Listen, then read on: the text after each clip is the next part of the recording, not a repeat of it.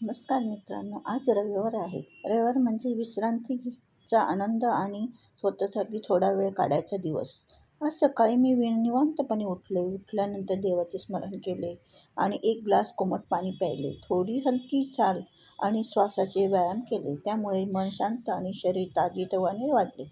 अंघोळ करून स्वच्छ कपडे घातले. कुटुंबासोबत बसून छान नाश्ता केला. अशा छोट्या क्षणामुळे नात्यामध्ये गोडवा निर्माण होतो. दुसरी घरातील हलकी कामे केली. मग सगळ्यांसोबती जेवण केलं. जेवणानंतर थोडी विश्रांती घेतली.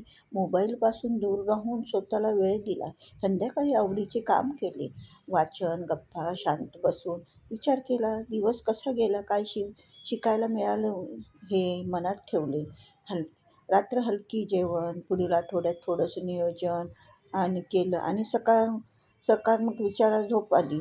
सकाळी उठून मग बघते तर आज काय, तर एक दिवस स्वतःसाठी दिला तर संपूर्ण आठवडा ऊर्जा देतो. आपण रविवार म्हणजे आळस नाही तर नव्या आठवड्याचीच तयारी आहे. मन शांत असेल तर आयुष्य आपोआप सुंदर होते. थोडा वेळ स्वतःसाठी काढा, कारण तुम्हीच महत्त्वाचे आहात. आजचा रविवार शांत गेला तर उद्याचा सोमवार तो मजबूत जातो. थँक्यू. संडे.